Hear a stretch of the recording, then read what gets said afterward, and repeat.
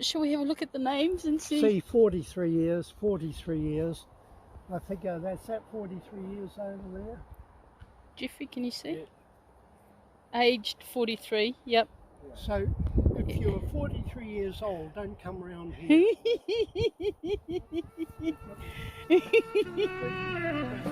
Yes.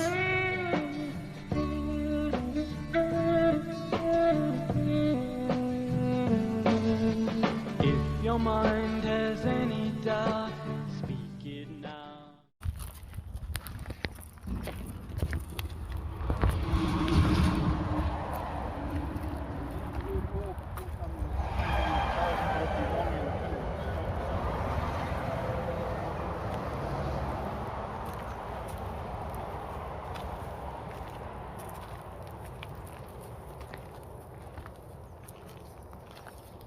The oldest records to the place was in the start from making our best between TeWhare and TeWhare. The city up what they call the greenstone door. Taupo number. That was that's been distorted and misconstrued to this day by Ngāti Whanua, especially in TeWhare. They to get half the count regarding that and the incident that took place here. TeWhare using the light now to come right through, or right up through here in the corridors to Tarawell. In fact, it's the other way round. The peace thing was that TeWhare would never enter and go into their lands again, or Into Kawero over Arawa. Well, the Murupara end was where the went in to attack the Tūhoi people, and the battle took place and was set at a place called Onepu. Te Onepu. I can show you that place when we do our Hallett Bay excursion. Okay. I think I saw that written on the map back at the... The old plus pine wildlings. The storm about 1984, I think it was. The storm came and blew the wildlings down. That was the Cyclone Hall, that was another one. It completely smashed all these, completely wrecked them, covered the whole lot. All the fences, everything came down. And when you had 60-year-old wildlings, imagine them by the fences just dropping down here. And Still got some big pines that can do it again. Oh, these are only little seedlings compared with the ones that came down. But these were just left. But I told them I weren't to bring any machines up here. And they used chainsaws and wheelbarrows, and carted wheelbarrows full of chopped up 60-year-old wildlings. And I ordered got a brigade going over. I remember here when this had been finished and the fence reinstated, these old grave markers are all new and replaced. And that's why I say why we got this here was I was talking to one of the supervisor and the person, and he was with a wire strainer. Dunk, dunk, dunk. 5 minutes later I said, God, this should be tight enough. And the wire was snaking happily while he's talking happily through. He was endlessly going with the wire strainer. So that's why he got this joint here. Since then, historically, I've had people come and go. But this was never the original layout. Originally one big mass grave, and big mass grave. And as I say, we could come in. But where they were killed and where they were buried was right by the old much earlier Maori settlement to the ones I'm talking about now. Mm. So this isn't the site of the actual incident? Yes. This is. Oh, this is. This is. Where they were the old Maori quarries and everything. they didn't cart them from old Maori settlements over there or anywhere else. This was the old Maori settlement here. And when I say about pa and gun pits and earthworks and that, and all shock horror and far and wide, nothing more done. People aren't interested in history. They see they call a reserve everything self-generating without it doing very little or no work themselves. And it's almost of us, there's a physical feature, cultural or historic otherwise, it's more or less too much trouble in the front to try and preserve or elevate it and promote it nowadays. Well, artefacts take looking after. Well, they don't generally look after themselves. Things like that little hut we've just come from. I mean, there's still requires maintaining all of its life. It looks like it could do with a paint job now. Yes. But as long as they put a sign, oh, we're looking after these things, they can walk away next 50 years. Oh, but the sign says we're doing it. And this is a trap. I think from 2014 2020 there were 900 applications to modify sites. Nearly all of them were Maori sites for Historic Places Trust. You know, get permit to modify or destroy sites. And the Historic Places Trust approved, I think it was 95% of all the sites to be destroyed. I've got the exact figures. Historic Trust, it should be the other way round. Let 4 or 5% go and don't destroy 90%, and that's the thinking mentality. And that's the way Taupo and cultural places of place of significance to Maori. And the bulk of it's all Maori. Get some old shaky heritage 1920 building or something, and they move heaven and earth at no expense. Get a Maori site or what's one and another, you know. But this is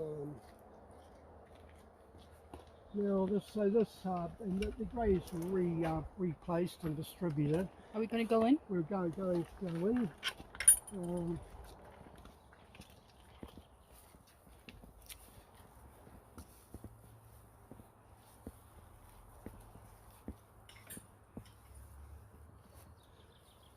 At one time there was even a debate on the actual day they were killed. That was with the survivors and Te Kuti's own message that he left. But and they're all aged 43. Yes, amazing statistic thing. We'll get into serious statistics in a minute. That go to Rotorua and Constabulary troopers die, come here they die, and they nearly all died at age 43. How can these ones they've all died at different dates?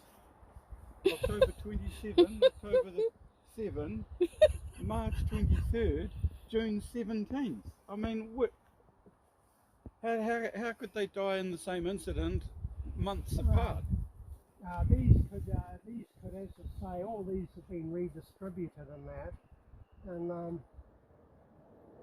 yes, see, October the 7th, 1875, but that happened June the 7th. Taking our same calendar dates in different years. Different years. That was 6 years apart. So these people died. See, this makes no sense to me. How can they all have died in the one incident 6 years apart? To restore the Sakopa Niktupara, in Gisborne, to advise on the restoration of the boat, again, the Meditate Cowboy Tunnels in the north, Conservation, I wasn't contacted, and so he's happily gone into all this, but that person wasn't part of the thing at the time, but that's put into a later cemetery. W. Turner, 1874, when A.C. Turner, 1874, the survey of the Taupo town, A.C. Turner, but when you So get... these guys weren't actually part of the incident? No. It was only these people here who were buried here. Strangely enough, there are a couple over there that seem to be part of it, round the corner. I've never been around the corner. We'll go there in a minute. So shall we have a look at the names and see? See, 43 years, 43 years. I figure that's that 43 years over there. Jeffrey, can you see? Yeah. Aged 43, yep. So if you're 43 years old, don't come around here. This is suspicious to me. Yes. About the information on these. Detail of everyone enlisted here, and with that, I noted those who had escaped and those that were killed, add their rank and their position and everything else, add those not killed. Cook was a trooper, John Cook, and I've got their backgrounds, and he was a gold miner from Otago. And most of the volunteers had gold or gold mining interests. They went here to see justice being done and to protect the telegraph people. Crosswell, different names, Crosswell, Cresswell here, and he was actually a George Leary, an Australian, but he registered as Crosswell and Cresswell. Now you still got the Crosswells around Tauranga, and he had different conflicting accounts of what happened as the person escaped. So he was a Potiki. Stevenson, a Potiki, escaped, and a couple of these were Frenchmen, Poutia and Boudoir. They were Frenchmen, or sons of Frenchmen. And now the amazing thing there here, when they say surprise attack and that all those except the one who was found trying to assist a friend outside of this. Funny how some managed to escape 100 well-armed surrounded Maori and run away to escape the whole thing.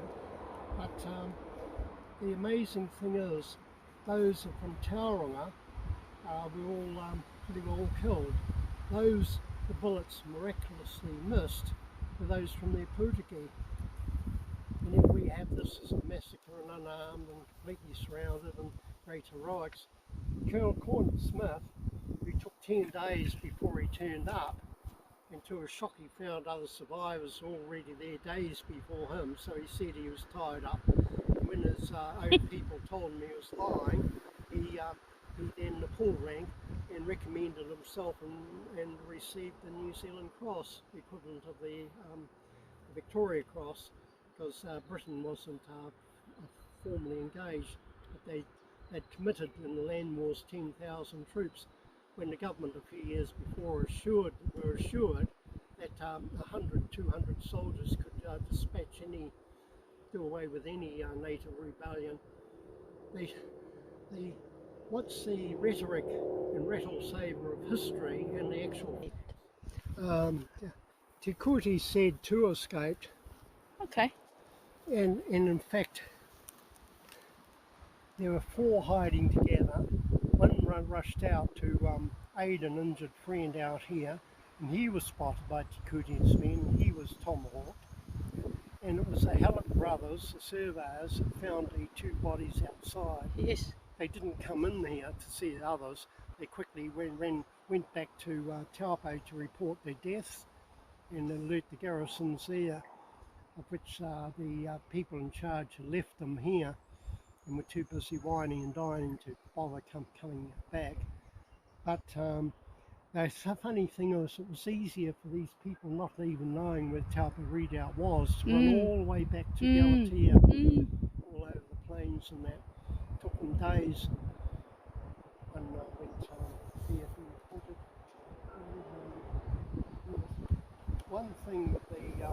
One thing, Australian came here one time. A plane rushed the priest, Charles Sergeant Dete, and he said banned handwriting. He said, "Oh, they misspelled my ancestor." And he is a history teacher from Australia, and so he complained to the media. Oh, how terrible! It didn't matter that other signs and names might have been misspelled. And so in that, So was it Dita? Out his descendants and that. And so I wrote a letter back in the paper. I wrote a letter in reply, and in relation to this signage,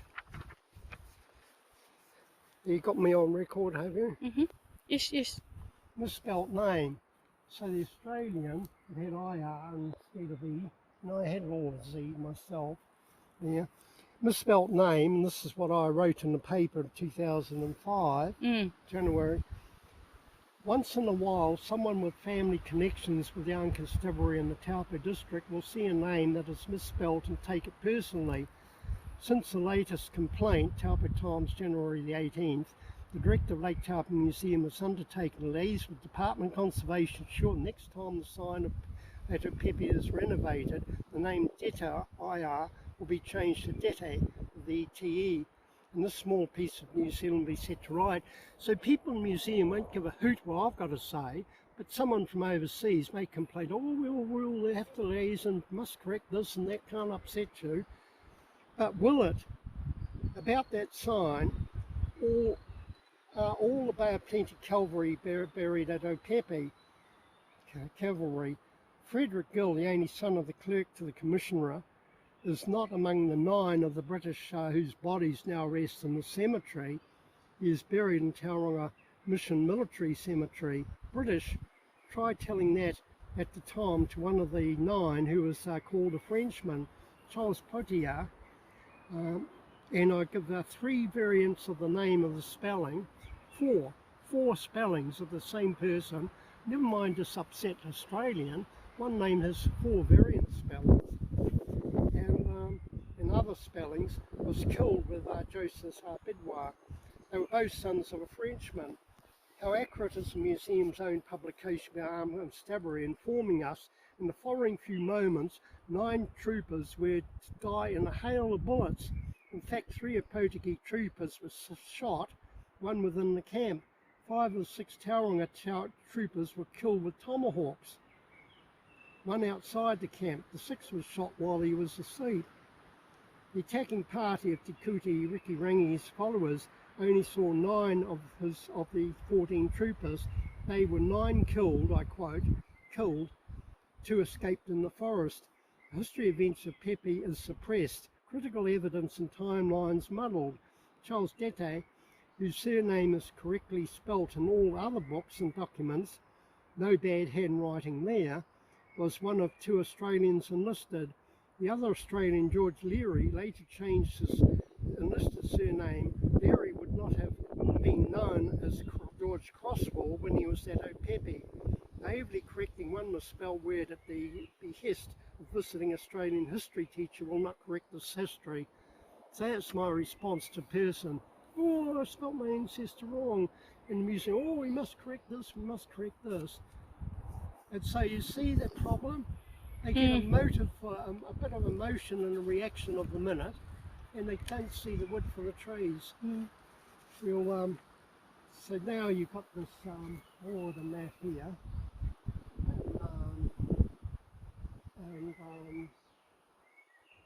Then I've got the accounts of the troopers and their statements, the ones that escaped when they first went to Fort Galatea, and Smith, when he staggered in 10 days after the incident, 10 days later, and then he came in, was unaware of them, came up with his cock and bull story, and then suddenly realised that there were other of his men were already there. So instantly accused each other of lying. But all this is your post-suppressed history.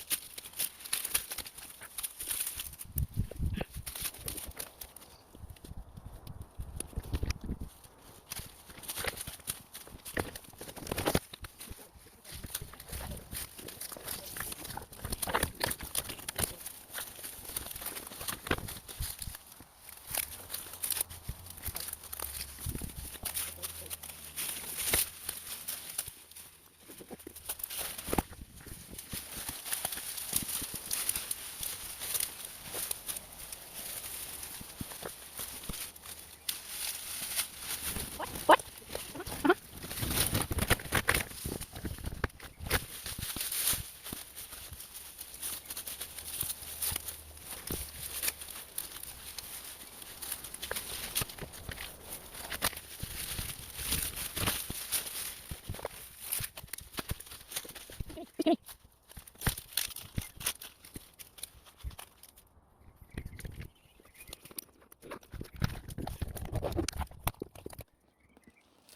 you think this might be human? No, it is. This is one of the features I noticed. So I'm trying to do a 50-year-old map in my head. Piece of cake for you. Piece of cake. The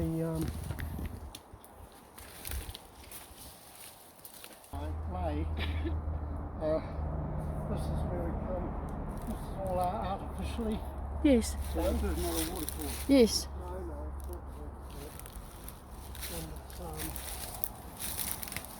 and it's one side and the other of these. So this is pre-European. No, it's a European time, but much earlier than time of Kikuti and the other villages. So we're talking early 19th century here. Early 1800s. Yeah. Yes, this isn't a water course. This ditch and feature artificial. As what I say above the bank, and then I can describe, you can work out the patterns of these quarry sites and others all out and away from it.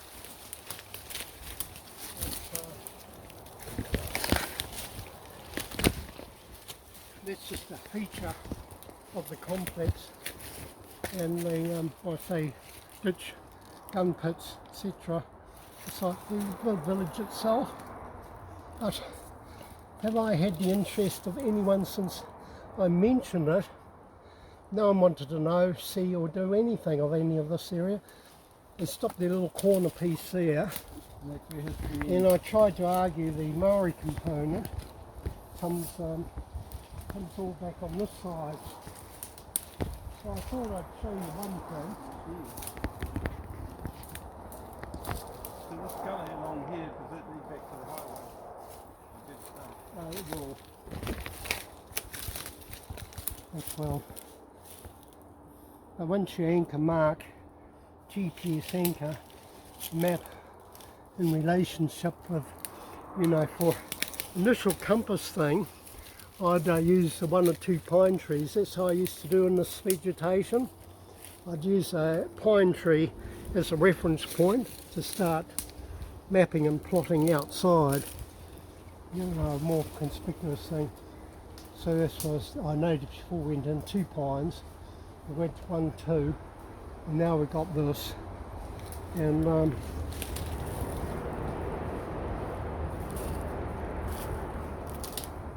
So are we very far from the well? we are.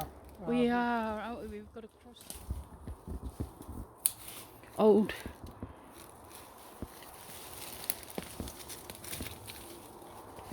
Wow. Wow, look at that.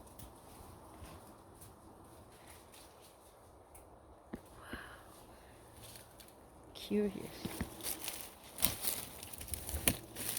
Okay, I've got to keep an eye on Perry because he seems to evaporate into the bush, and I've got to do my cooey call to find him.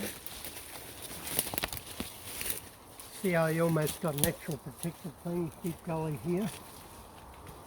Is this? This is another one. Okay. See, they're starting to pop out now. Yes. Good stuff, eh? Very good.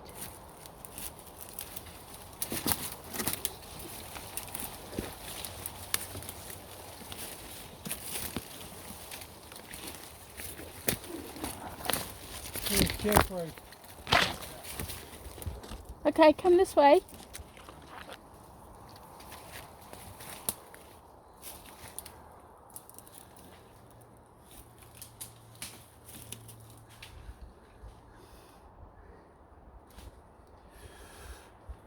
This map plotted everything else, but to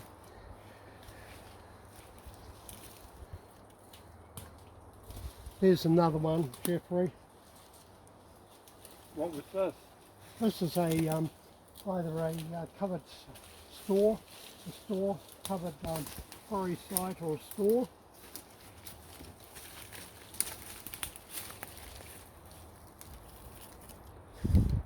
You've got to get eyes for it.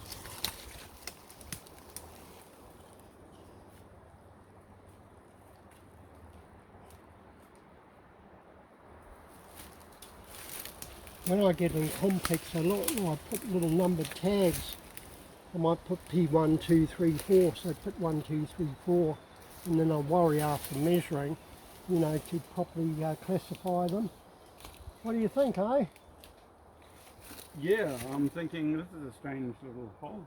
And not strange when you're used to Maori period settlements of the older period like this. This could have been a storage pit or a covered. Or a covered quarry. Wow, What? imagine lying down Wow. here to sleep every night. Hey, Sleeping every night, wow. or getting up and walking And through it's a the bush. defensive position. It's a position where the bank's very steep back here. Yes. And then you could get the layout, the natural features, the defensive features, and the, as I say, rifle pits and defending things are there. Wow. There's,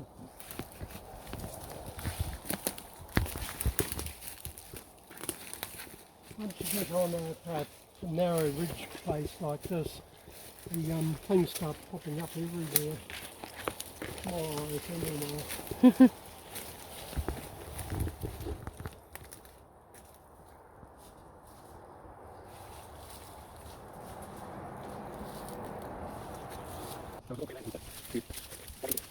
That's showing enough. Get something to mind. I'm after short. Put change positions and storage. Storage position.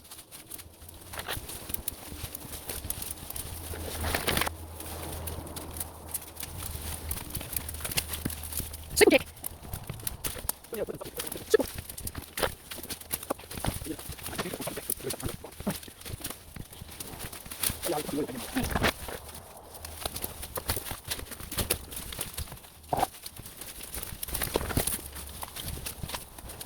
Oh, that's right. Oh.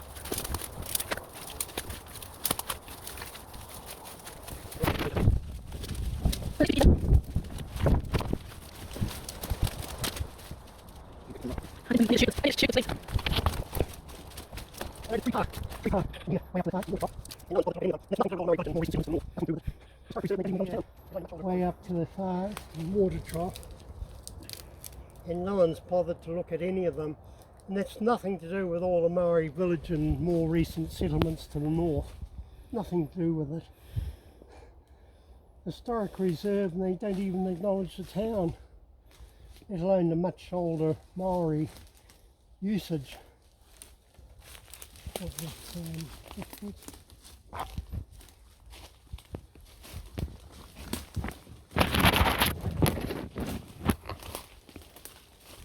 And then they say, oh, I've run these people no known. I've let everyone and their dog up and down the country in the official position. No.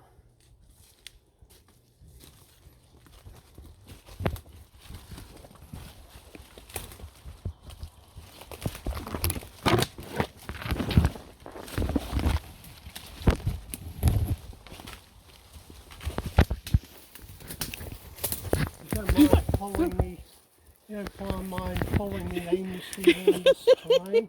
Well, we don't have much choice at the moment.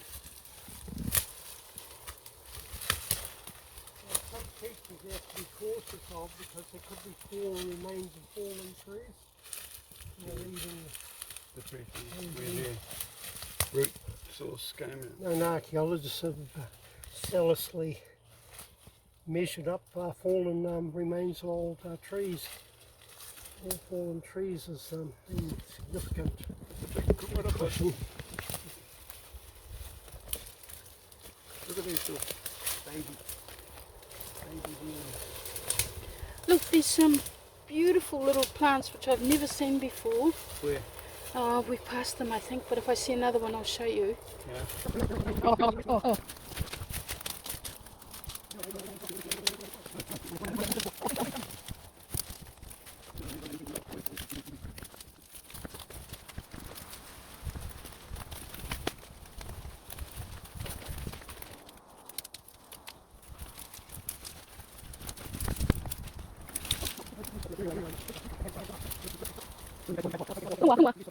Oh.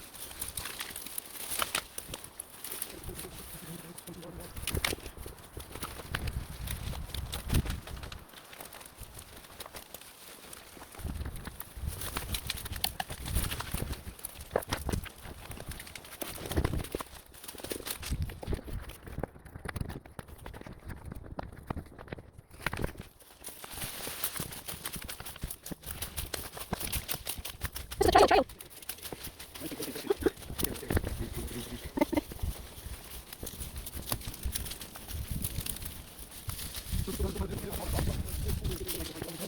All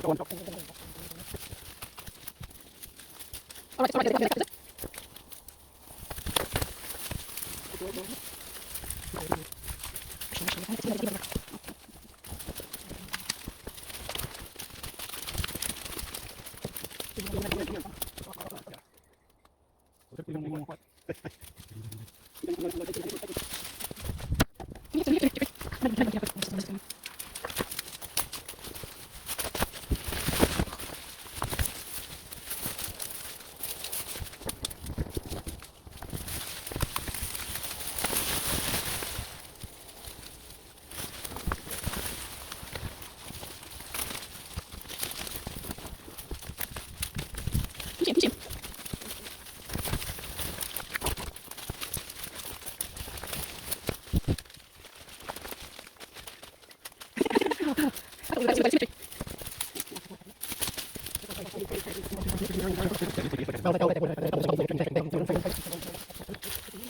Put P1, 2, 3, 4, getting bearing and cross-reference. Yeah, just a GPS locator would help. Well, that would, but as a double thing, even if you're tracking back, you've got a little thing, an indicator, comes straight on and off too. Just in the middle of nowhere, just a storage pit. It looks like that if we weren't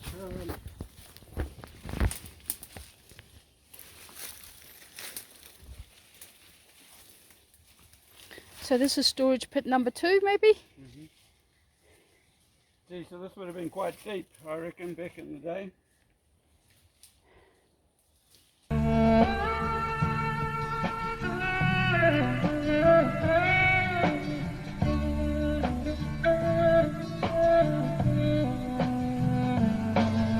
While the tree huggers were training themselves at the 3.Urupa, I was getting reserves quietly put aside of the last standing trees by the Tongariro, which are all due to be felled. I stopped all that. Do you know why the Opepe trees got saved? Because I can't understand how they escaped the woodsman's axe. That was me. You? That was me, 100% me. Listen record. It goes. But you exaggerated though with the I know the Medi tradition and connections and the hapu and links and that, but when I said one of the hapu at Opepe was at Nuku, how that annoyed them, no good was the hell out of them. But I got diary transcripts naming the hapu that were occupying.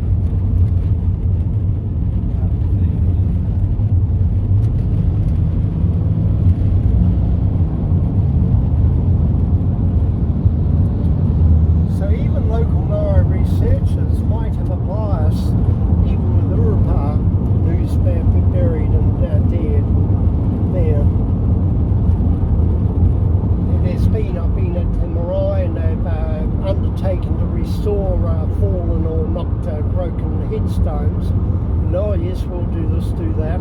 Nothing done today. But it hasn't been what they claim, only them and them there. This is where our stagecoach road went down Mountain Road to Opepe. Opepe came, the old road came back this way. Yes. And through, and then round that hill, which Yep. was Partiki. Yep. Partiki, not Paitiki. So Partiki means flounder, doesn't it? Is it a Partiki? Or diamond, isn't it? Diamond shape. Oh, is that what it is? Diamond? You know, tuku panels, the Partiki is, I think, a flounder but a diamond shape as well. And that got occupied when they found a spring. local source of water, because the other source of water comes from the top of the mountain. You've been up the mountain yourself? No, never. How bad is that? I've been up to the quarry actually. I've got stone from the quarry on the other side. But I remember the day from Tokoroa the Burrows brothers came and wanting to set up and put up a quarry. So I was actually witness to that. pick up a what? To pick up a permit and get an authorisation and that to be able to quarry stone there. Oh, okay. I remember two brothers came and the Burrows brothers. Yeah, because there were two things I wondered about: why Māori would let the mountain be used as a dump site and as a quarry site. I thought, well, you know, is that a decision that the Māori people said yes to, or was it made for them? Well, that formed the boundary with the subdivision of the number 2 block, which cut out all these lands to the TeWhare surveys, and that allowed then the collective hapu for TeWhare Middle to come in, a little bit on TeWhare's side, and TeWhare North all went to the descendants of Ngāti Tau, the descendants of Maroon Karaka. Now they say it's too far retire, which it isn't. Now they're wanting the Lake Power, which was taken by the Crown in the 1920s for a reserve, to be turned into the world's largest sulphur mining operation. Sulphur mining? Yes, the world's largest sulphur mining operation. The Crown acquired it, and the too far retire, and everyone, oh, go ahead. The only one objected was the rightful owners, Ngāti Tau people, and they were overrun. Was acquired by the Crown for a reserve, who instantly turned it into the world's largest sulphur mining operation, got $1 going to the local Maori, and now it's under dock. You got it for nothing, and you've got other groups that were never there in the first place, all us our interests, and they're bouncing off this mythical rocketeer to try and get anything this side they can. It's all very political. Sounds like it. And then Perry, can you just mention again why Māoris needed to have a waka, to recite a waka for the Māori land courts, was it? Yes, most tribes, even round here, too far retire are Arawa. But the tribes all northern, Yes. northeastern end Yes. are Arawa, but Yes. not too far retire. Yeah. They come from Ngāti Koropoto. Koropoto, between a son and daughter, had the lands partly divided here. After he came down, he couldn't get over to Whakamaru, Mangakino, so he came and landed here. And he had overrun, and then they intermarried with Ngāti Hutu. Yes. Ngāti Hutu. Excuse me, can I just put this down? Yes, so I can lean my arm. Yes. Now with that, they did not have a waka tradition. They were more contemporary with just about generation before Tūwharitara himself.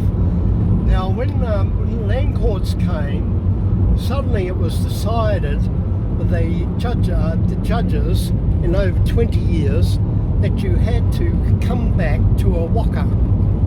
Now the waka myth was created of having everyone coming in one great fleet, and that was created by a John White, a Pākehā, who got from the government more money, more history.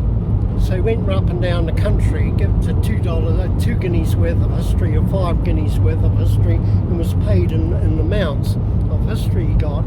And John White, where some tribal areas had no waka tradition, he put everything side by side. Some might be up 200, 300 or 400 years, and he made everything squash him, and he came up with the 1350 date to give the Victorian sense of neatness in that and timeline. After that, court judges almost demanded to satisfy their own books and stories and that they were writing that you had to come from a waka, and so enrolments in native school you had to come from a waka, and so some children that were told by their parents and transferred something that wasn't in their direct traditions. So it's John White after that got a 6-volume official history, government printing history, 6-volume history of the Maori people. The Maori people, of course, were going to be all extinct by 1900, so it was an urgency to capture the traditions and that. I've been in the Auckland Public Museum Library, and I've seen all his original notes and things that he wrote, that he wrote, and the methods that he used and employed. So then by 1896, anything to do with geology, science, or anything else, and even Maori tradition, were being written in journals collectively, and the Transactions of New Zealand Institute's journals. And then suddenly, to capture the last of the dying race and all the information in that, they created the Polynesian Society. Oh, yes. And the Polynesian Society was printed, the books and that were all printed in journals from in American press, printed them. But then John White allied himself with Percy Smith, who then brought out the book Hawaii. And so it was all the Pākehā colonial vision that was taught, and then became required learning and reteaching into the native schools that swore by it and passed down as if it was ancient traditional knowledge coming from a distant Hawaii. And they had, many of them were obviously voyages after they established themselves in New Zealand and waka making, and voyages particularly spreading out from Northland and through there. So then controlling anything that came in, whether written by Maori Pākehā and the Polynesian Society articles, and censored, were John White and Percy Smith. Everything had to agree and fit in with their things, anything contributed. So by the Reverend Foundation member was Reverend Fletcher, came to Taupo as Presbyterian, and 1896, and he was one of the foundation members of the society, contributed articles and that, living at Whaitaima, and so suddenly you're getting then a bias and distortion coming with fleets and Ngātarurangi, and then emergence of a separate tier and that, no rocket tier or anything in those days, or even the meeting. And these things started getting put together, and the rewriting and retelling and the merging, and outside marriages would bring in their own traditions and merge and localise them. And so by the time John Gray started writing his book, TeWhare, it was very much what was then land blocks had been all settled in the courts, and then it was succession orders, so the history remained stagnant with the subdivisions and the successions, and everything was retaught on following the lines as was the criteria of the native schools and teaching of the native schools.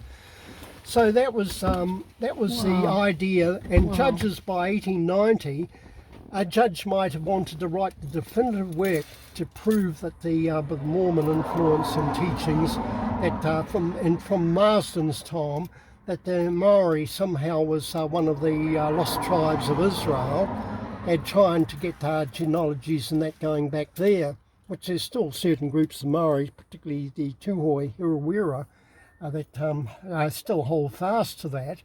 And others were writing the Wents of the Maori, and every court judge had their own bias to want to put out their own authoritative work based on collective traditions.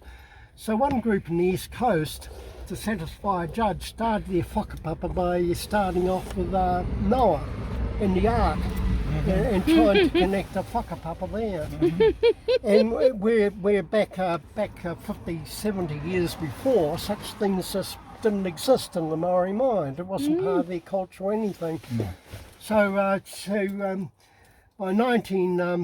1960s, definitive work came out, the great myth, the book of all the Maori alias traditions and the ethnologist from the Auckland Museum, and I had many cups of tea in that when I was at the Auckland Museum, he put out the Great Fleet Myth, and it was such a heavy work, he exposed all that manipulation and that, and it was such a voluminous thing, even the university students found it hard, and so a simplified book came out.